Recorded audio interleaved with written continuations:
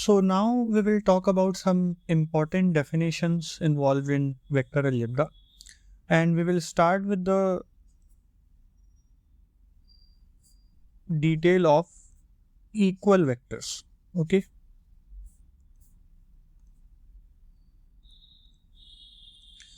equal vectors.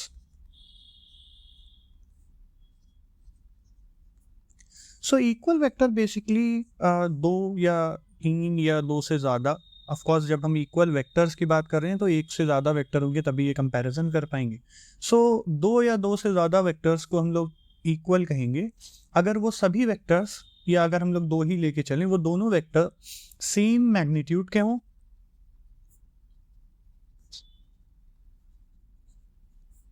साथ में same direction में पॉइंट करें.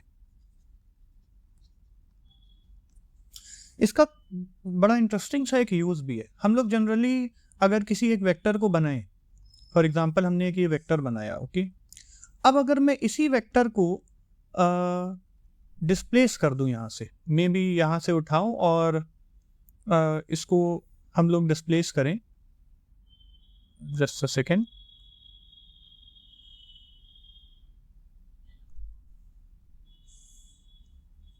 लाइक इसको, ये वेक्टर हमने यहाँ से लिया और इसको इधर की तरफ हम लेके जा रहे हैं. मैं इसको एक डायग्राम से दिखाता हूँ. आई थिंक ये स्क्रीनशॉट इसका नहीं बन पा रहा है. लेट मी सी. ओके, मैं एक काम करता हूँ, इसका एक दूसरा वेक्टर हम बना देते हैं जो कि जस्ट एक कॉपी पेस्ट है इस पिछले वेक्टर का.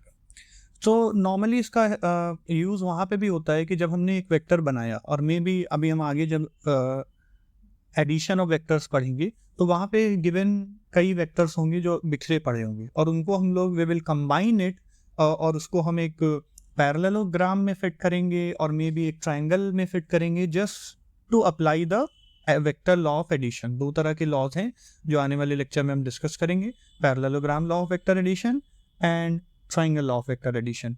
तो उनमें इसका बड़ा यूज़ है. आपको कोई भी वेक्टर दिया है, if you want you can, और वैसे ये जिन वेक्टर्स के साथ कर सकते हो उनको हम लोग फ्री वेक्टर्स भी कहते हैं, मगर आप उन वेक्टर को सिंपली लोगे एंड आप उनको डायरेक्शन को नहीं चेंज करना है, उसके मैग्नीट्यूड को स्केल अप या स्केल डाउन नहीं करना. We can simply take the vector and we can move it without changing the direction. Orientation, that would be better word. Orientation हमें उसका नहीं चेंज करना, उसको टिल्ट नहीं करना है, ना ही उसकी साइज को बड़ा या छोटा करना है. अगर हम इसको ध्यान में रखते हुए उसको मूव करें तो ये जो एक दूसरा वेक्टर जो हम पहले वेक्टर को मूव करके कहीं और ले गए, तो वो दोनों वेक्टर आपस में जो ओरिजिनल था और जो हमने मूव करने के बाद बनाया, both vectors will be equal vector. So basically equal vector वो होते हैं जो सेम मैग्नीट्यूड के हो as well as same direction में पॉइंट करें. सपोज करो एक वेक्टर ये हमारा ए है और ये में भी हमारा कोई वेक्टर डी है, तो यहाँ पे वेक्टर ए को हम कह सकते हैं वेक्टर डी के बिल्कुल बराबर है, सिंपल. सो ये हमारा, ये दोनों हमारे इक्वल वेक्टर होंगे. Okay. Negative of a vector, ये अगेन बहुत इंटरेस्टिंग कंसेप्ट है. सबसे ज़्यादा ये रेनमेन प्रॉब्लम में मैंने देखा है, न्यूमेरिकल्स में सबसे ज़्यादा यूज होता है negative of a vector. Negative of a vector. In fact जब हम दो वेक्टर को सब्सट्रैक्ट करेंगे तो एक्चुअली वेक्टर का डायरेक्ट कोई एज सच सब्सट्रैक्शन का लॉ नहीं होता. हम लोग ने हमेशा वेक्टर लॉ ऑफ एडिशन पढ़ा है. ओके. तो वेक्टर लॉ ऑफ सब्सट्रैक्शन जैसा कोई लॉ नहीं होता. सब्सट्रैक्शन करने के लिए जिस भी क्वांटिटी को हम घटा रहे हैं उस क्वांटिटी का नेगेटिव ले लेंगे और सिंपली फिर वेक्टर लॉ ऑफ एडिशन लगाएंगे. इसका डिटेल हम लोग आगे डिस्कस करेंगे. सो इक्वल वेक्टर के बाद जो नेगेटिव ऑफ अ वेक्टर है, किसी वेक्टर का नेगेटिव, उसको हम लोग देखते हैं. नेगेटिव में क्या होगा, डायरेक्शन तो हमारी सेम रहेगी, same direction, sorry same magnitude रहेगा, नॉट डायरेक्शन, सेम मैग्नीट्यूड रहेगा, but opposite direction, opposite direction. So suppose अगर हम करें कि हमारे पास दो वेक्टर है, one is pointing in this direction and another one is pointing in this direction. दोनों के जो लेंथ है वो बिल्कुल आइडेंटिकल है, so magnitude is same, but one is pointing may be in the eastward, other is pointing in the westward. So east और waste ये point कर रहा है। सो अगर पहले वेक्टर को मे बी अगर मैंने ए से डिफाइन किया है, तो दूसरा वेक्टर हमारा बी होगा, और इस बी को मैं नेगेटिव ऑफ ए भी लिख सकता हूँ। सो यहाँ पे इस पर्टिकुलर डायग्राम के हिसाब से बी हमारा नेगेटिव ऑफ ए हो जाएगा, क्योंकि इसका direction simply opposite to the previous one, ऊपर वाले के जस्ट अपोजिट है। तो ये उनके बीच में एक रिलेशन हम लोग बना सकते हैं। नाउ अच्छा, इसका सिंपल सा एक मीनिंग और भी है। मैं ये भी कह सकता हूँ कि ए जो है वो बी के भी नेगेटिव है, दोनों ही बात सेम है। सो बी ए का नेगेटिव, ए बी का negative, both are identical statements. और नेक्स्ट हमारा जो थर्ड है वो modulus of a vector, modulus of a vector. Okay, so किसी वेक्टर का अगर हम मॉड्यूलस डिफाइन कर रहे हैं, सो हम उसका सिंपली मैग्नीट्यूड फाइन कर रहे हैं। सो अगर हम इसको मॉड्यूलस को दो पिक्चर में बात करें, सो क्वांटिटी वाइज अगर हम बात करें, तो वी आर मॉड्यूलस से मेरा मतलब है कि हम लोग उसका मैग्नीट्यूड जानना चाह रहे हैं कितना है, या फिर हम इसको ऐसे भी कह सकते हैं, एरो वाइज अगर हम बात करें तो मैं उसका लेंथ जानना चाहता हूँ, लेंथ ऑफ हमारा एरो। जो भी हमने एरो से उसको रिप्रेजेंट किया है, तो हमारा अगर उसको एक्यूरेट स्केलिंग के साथ रिप्रेजेंट किया है, तो हमारी एरो की क्या लेंथ है। नॉर्मली किसी भी कोई भी क्वांटिटी जो कि एक वेक्टर क्वांटिटी है, सो जस्ट सपोज कि 20 मीटर पर सेकेंड अलोंग नॉर्थ, तो ये नॉर्थ जो है वो उसकी डायरेक्शन है, मगर जो 20 मीटर पर सेकेंड है, इसमें जो 20 वर्ड है, 20 वो उसका मैग्नीट्यूड है। क्वांटिटी भी हम लोग उसकी एज सच रिप्रेजेंट करने की जरूरत नहीं, जो यहाँ पे स्केलर नंबर निकल के आ रहा है वो उसका मैग्नीट्यूड है। By the way quantity mention कर देंगे so as to give an idea कि किस यूनिट में हम लोग बात कर रहे हैं। सो डायरेक्शन को हम बिल्कुल हटा देंगे, जो लेफ्ट आउट पोर्शन है मैग्नीट्यूड वो उसका मॉडुलस है।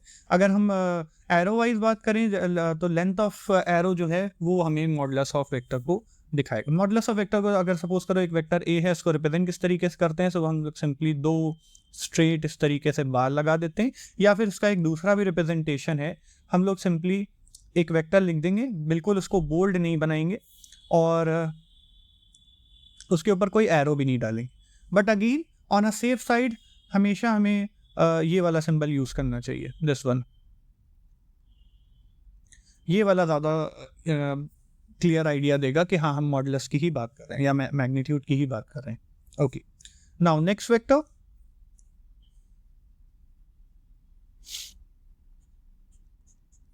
हम लोग बात करेंगे एक फिक्स्ड वेक्टर की।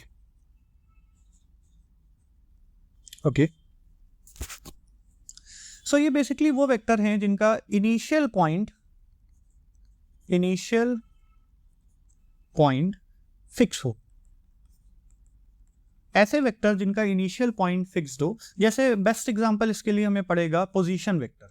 सो फिक्स वेक्टर का एक बेस्ट एग्जांपल हम बात करें, so it will be a position vector.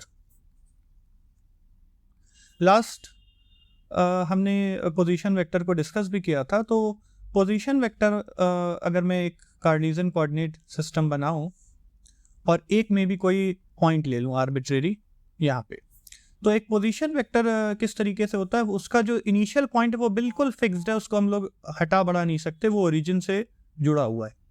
और ये जो वेक्टर हमारा रिप्रेजेंट कर रहा है, ये पोजीशन वेक्टर इस पॉइंट का, मे बी ये पॉइंट P है, तो ये इसका पोजीशन वेक्टर है ऑफ पॉइंट P।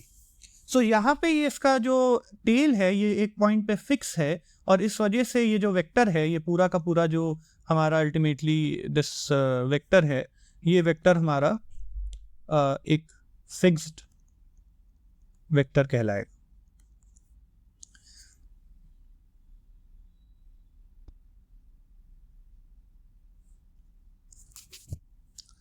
नेक्स्ट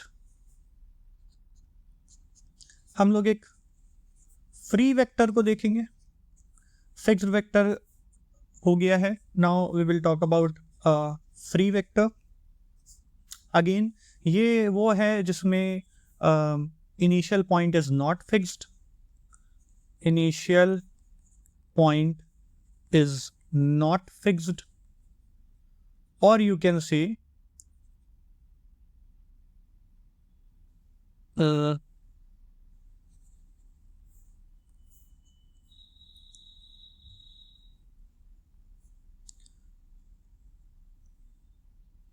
ये नॉन लोकलाइज है.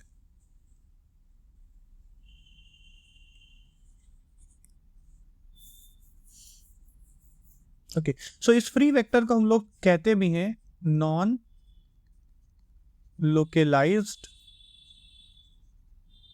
वेक्टर. जैसे अगर एक कोई पार्टिकल है, सपोज करें एक ये हमारा कोई पार्टिकल है, वो मे बी इस डायरेक्शन में मूव कर रहा है, या ये अलोंग एक्स एक्सिस इस डायरेक्शन में वो मान लें मूव कर रहा है एक्स एक्सिस के अंदर. ओके, सो कॉन्टिन्यूसली वो पार्टिकल मूव करता जा रहा है. तो अगर हम इसकी वेलोसिटी को एक वेक्टर से रिप्रेजेंट करें तो एक सर्टेन मैग्नीट्यूड बना देंगे और उसका डायरेक्शन तो अलोंग एक्स एक्सिस रख देंगे, मगर उसकी कोई एक जगह नहीं फिक्स कर सकते, जिस मतलब कोई भी एक जगह नहीं फिक्स कर सकते. मे बी ये इसके पास से मूव होता आ रहा होगा, ये बहुत टाइम से मूव होता हुआ आ रहा होगा, हमने उसको यहाँ से ऑब्जर्व करते हुए देखा, तो कोई इसका एक मे बी इन केस हम इसको इनिशियली t=0 से ट्रैक कर रहे हैं, वो जहाँ से वो रेस्ट से स्टार्ट हुआ है मे बी, तो उस केस में हम उसकी टेल को बना भी सकते हैं, वो एक तरीके का पोलर वेक्टर होता है वेलोसिटी. मगर इस केस में अगर वो एक आर्बिट्रेरी बहुत लॉन्ग ड्यूरेशन से मूव कर रहा है, मैंने इस जगह से इसको ऑब्जर्व किया, तो मैं इसका कोई एज सच इनिशियल और यू कैन से एक फिक्स्ड पॉइंट नहीं बता सकता. तो इस तरीके के वेक्टर जो हैं, ऑल्दो इसका जो मैग्नीट्यूड है वो उसके स्पीड को दिखाएगा, कितना स्पीड से वो चल रहा है. इसका जो डायरेक्शन है वो ऑफ कोर्स वेक्टर का जो डायरेक्शन है वो हमारे वेलोसिटी के डायरेक्शन को दिखाएगा, इस केस में वो एक्स एक्सिस को रिप्रेजेंट करेगा. मगर कोई as such initial fixed point इस वेक्टर का नहीं रहेगा. तो एक वेलोसिटी वेक्टर इस पार्टिकल का जो है वो एक अच्छा एग्जाम्पल हो सकता है नॉन लोकलाइज वेक्टर और you can say free vector का.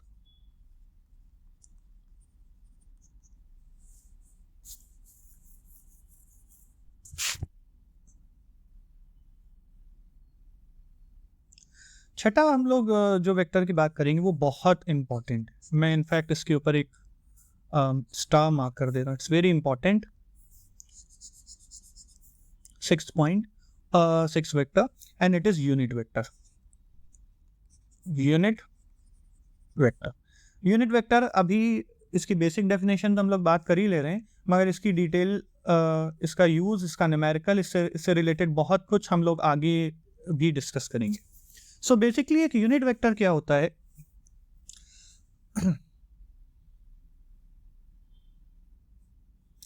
यूनिट वेक्टर का सबसे पहले इसकी रिक्वायरमेंट के लिए हम लोग इसका क्या नीड है, इसके लिए हम लोग एक नॉर्मल पहले कोई एक वेक्टर डिफाइन कर लेते हैं. सपोज करते हैं हमारे पास कोई एक वेक्टर ए है जो मे बी किसी एक रैंडम डायरेक्शन में, मे बी कोई एक रैंडम डायरेक्शन में पॉइंट कर रहा है, सपोज कर लेते हैं. ओके, ये जस्ट सपोज कर लेते हैं ये 20 यूनिट. आई डोंट नो कि कौन सा एक वेक्टर है, मे बी एक वेलोसिटी है तो यूनिट उसकी मीटर पर सेकेंड हो जाएगी, अगर ये फोर्स है तो न्यूटन हो जाएगा, डिस्प्लेसमेंट है तो मीटर हो जाएगा, एनीथिंग. सो मुझे नहीं मालूम क्या है, तो मैं इसकी यूनिट को सिंपली यूनिट ही बोलूँगा. मान लेते हैं ये 20 यूनिट का है. सो अगर मैं इनफैक्ट यहाँ मेंशन कर दूँ तो ये 20 यूनिट है. डायरेक्शन में दिखा रहा, लाइक एरो से दिख रहा है कि किस डायरेक्शन में ये जा रहा है. ओके, ये एक वेक्टर मान लेते हैं ए. तो जो यूनिट वेक्टर है ये इसी वेक्टर ए का भी हम लोग डिफाइन कर सकते हैं कि इस ए वेक्टर का what is the unit vector, what is the unit vector of vector A. जो हमारा वेक्टर ए है इसके करस्पॉन्डिंग इससे रिलेटेड एक यूनिट वेक्टर क्या होगा. तो इससे रिलेटेड जो एक यूनिट वेक्टर होगा, यूनिट वेक्टर ऑफ ए, वो बेसिकली क्या होगा, a vector having direction same as direction of हमारा जो वेक्टर ए है उसका डायरेक्शन, साथ में एडिशनली इसका मैग्नीट्यूड, भले ए का कुछ भी मैग्नीट्यूड हो, जो ये यूनिट वेक्टर उसका होगा उसका मैग्नीट्यूड 1 हो जाएगा। 1 क्या? 1 यूनिट। अगर वो मीटर पर सेकेंड में है, वो एक वेलोसिटी है, तो 1 मीटर पर सेकेंड हो जाएगा, या जो भी वो क्वांटिटी होगी उसका मैग्नीट्यूड उस क्वांटिटी के करस्पॉन्डिंग 1 यूनिट हो जाएगा। सो 20 यूनिट था, चाहे वो 100 यूनिट हो, चाहे वो 15 यूनिट हो, और कोई फ्रैक्शनल यूनिट हो, एनीथिंग, वो एक वेक्टर है, उसके करस्पॉन्डिंग जो उसका यूनिट वेक्टर होगा उसकी 1 यूनिट मैग्नीट्यूड होगा, और डायरेक्शन वही डायरेक्शन होगा जिस डायरेक्शन में हमारा वेक्टर एक पॉइंट कर रहा है। इसको रिप्रेजेंट किस तरीके से करते हैं? जनरली एक हैट या यू कैन से एक कैप लगा के रिप्रेजेंट करते हैं। तो अगर वो एक वेक्टर ए है तो उसके ऊपर ए हैट लगा देंगे, अगर वो बी होता तो बी हैट, सी होता c hat, whatever it is. So इसको ए कैप लगा के रिप्रेजेंट करते हैं। इसकी वैल्यू कैलकुलेट करने के लिए उस गिवन पूरे वेक्टर को हम लोग उसके मॉड्यूलस से या यू कहें मैग्नीट्यूड से डिवाइड कर देते हैं। सो इसका पीछे का सिंपल सा कंसेप्ट है कि ये वेक्टर ए की अगर हम बात करें तो ए के पास उसका मैग्नीट्यूड भी है और साथ में उसका डायरेक्शन भी है। तो जब मैंने उसके मैग्नीट्यूड से डिवाइड कर दिया तो काइंड ऑफ मैग्नीट्यूड से मैग्नीट्यूड हमारा कैंसिल आउट हो गया, हमारे पास सिर्फ और सिर्फ डायरेक्शन बचा और मैग्नीट्यूड 1 यूनिट बची। सो इस वजह से भी हम लोग इसको इस तरीके से लिखते हैं। तो ये इसका एक सिंपल सा फॉर्मूला हो जाएगा। ये फॉर्मूला हम लोग तब ज़्यादा समझेंगे जब हम लोग रेक्टेंगुलर कंपोनेंट में वेक्टर को डिफाइन कर लेंगे और फिर उसका मॉडुलस वगैरह उसी कंपोनेंट फॉर्म में निकालना सीख लेंगे। नाउ जो हमारा अब अगला 7th नंबर पे वेक्टर आएगा वो बेसिकली कोलिनियर वेक्टर होंगे।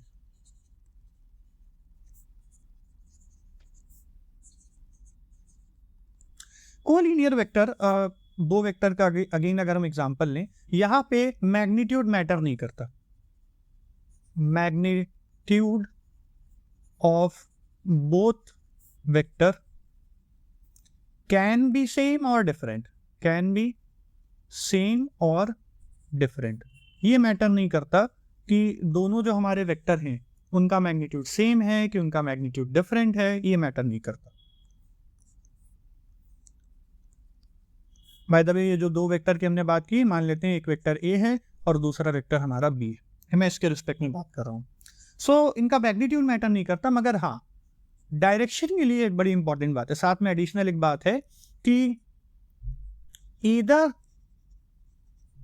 दे are pointing in same direction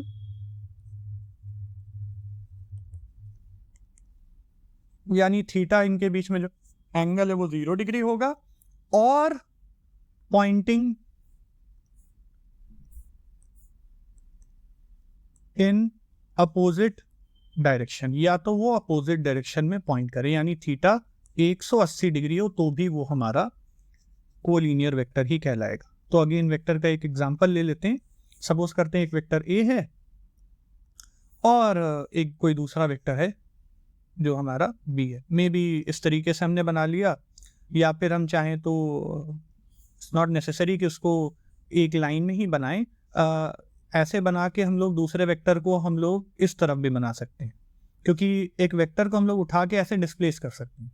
तो वो यहाँ बनाए चाहे यहाँ बनाए, ऐसे भी बना देंगे तो स्टिल ये दोनों वेक्टर जो है ये कोलिनियर ही रहेंगे। ऐसा नहीं कि ये अब मिसमैच हो गए हैं, एक ही अलाइनमेंट में नहीं तो कोलिनियर नहीं, because they are pointing in same direction और मैग्नीट्यूड मैटर करता नहीं है तो इनके बीच का एंगल। तो कहना ये चाह रहा हूँ कि चाहे इन दोनों की बात करो ये भी कोलिनियर, इसमें थीटा 0 और इन दोनों में भी थीटा 0। क्यों? क्योंकि ऐसे जो वेक्टर हैं जो मैंने नीचे वेक्टर बनाया मैं इसको डिस्प्लेस करके यहाँ पे भी ला सकता हूँ। एक तरीके का ये फ्री वेक्टर है, इसको डिस्प्लेस किया जा सकता है। एंटी पैरेलल वेक्टर की अगर हम बात करें तो एंटी पैरेलल जो वेक्टर होंगे या जिनको अनलाइक वेक्टर, ओके जो ऊपर वेक्टर मैंने रिप्रेजेंट किया ये वाले जिनको मैंने थीटा इक्वल टू 0 कहा है, इनको मैं मेंशन भी ये कर दूं कि ये लाइक वेक्टर कहलाते हैं, लाइक, या फिर हम इनको पैरेलल भी कह सकते हैं, पैरेलल वेक्टर्स। सेकेंड जो थीटा 180 डिग्री, अब लाइक हो, पैरेलल हो, या अनलाइक हो और नॉन पैरेलल और एंटी पैरेलल हो, सारे ये सभी है तो कोलिनियर ही वेक्टर। ओके नाउ हम लोग एक एग्जांपल देखते हैं जो एंटी पैरेलल होगा या अनलाइक वेक्टर होगा। सो एक वेक्टर में भी मान लें इस डायरेक्शन में पॉइंट कर रहा है और दूसरा वेक्टर इस डायरेक्शन में पॉइंट कर रहा है, और जो हमारा पॉइंट है जहाँ पे ये दोनों मिले, मे बी ये समवॉट यहाँ पे है, तो इनके बीच में जो हम लोग एंगल बनाएंगे वो एंगल यहाँ पे कितना है 180 डिग्री है। ओके, थीटा साफ दिख रहा है, बी है, ए है। अगेन मैग्नीट्यूड मैटर नहीं करता कि ये दोनों बराबर हो चाहे ना हो, ये अभी भी मतलब दोनों ही सिचुएशन में ये एंटी पैरेलल कहलाएंगे। अगेन ये वेक्टर इसी तरह से बने हो तो ज़रूरी नहीं, ये एक वेक्टर ऐसे बना है, दूसरा वेक्टर में भी कहीं इस तरीके से बना है, तो भी ये दोनों वेक्टर एंटी पैरेलल कहलाएंगे, बिकॉज इनके बीच का एंगल अभी भी 180 डिग्री। और ऐसा इसलिए क्योंकि इस पर्टिकुलर वेक्टर को, ये जो नीचे बना है या ये जो ऊपर ही बना वेक्टर है, मैं इसको पकड़ के नीचे ला सकता हूँ और इसको इससे मैच करा सकता हूँ। बस ये दोनों अपोजिट डायरेक्शन में पॉइंट करना चाहिए। डायरेक्शन इन सेंस की मान लें अगर ये वाला डायरेक्शन ईस्ट है, ये वाला वेस्ट है, तो ये वाला ईस्ट की तरफ पॉइंट कर रहा है, ये वाला वेस्ट की तरफ पॉइंट कर रहा है। भले ये दोनों थोड़ा सा यहाँ पे मैंने गैप रखा है, इस केस में ये लाइन में ये वाला भी है अनलाइक वेक्टर और एंटी पैरेलल वेक्टर, और ये वाले भी अनलाइक और एंटी पैरेलल हैं। तो ओके, नाउ ये जो नीचे बने वेक्टर्स हैं, ये 4 वेक्टर्स जो हमने बनाए, इनके बारे में हम ये कह सकते हैं कि ये अनलाइक हैं, मतलब ये दोनों अनलाइक हैं और ये दोनों अनलाइक वेक्टर हैं, या फिर हम कह सकते हैं ये एंटी पैरेलल है, एंटी पैरेलल वेक्टर्स हैं। Okay, now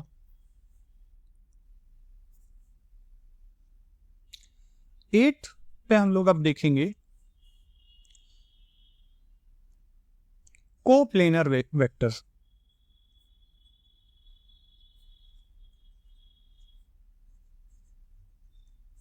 so coplanar vector के लिए हम लोग एक प्लेन कंसिडर कर लेते हैं, ये भी लाइक दिस, और इसी प्लेन के अंदर अब हम लोग बहुत सारे वेक्टर को बना देंगे। मे बी एक वेक्टर ऐसे बना दिया, एक कोई वेक्टर मान लेते हैं मे बी हमने ऐसे बना दिया, एक कोई वेक्टर इस तरफ से बना दिया,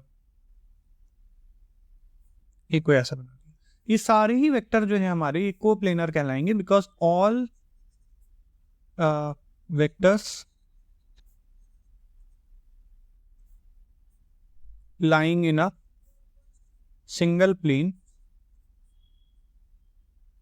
is called a coplanar vector। तो ये सारे जितने भी कलरफुल वेक्टर्स हैं ये सारे एक प्लेन में लाई कर रहे हैं, they are called coplanar vector. Next अगर हम लोग बात करें, नेक्स्ट 9th है, आई थिंक 8th हो गया, 9th। So this will be को इनिशियल वेक्टर।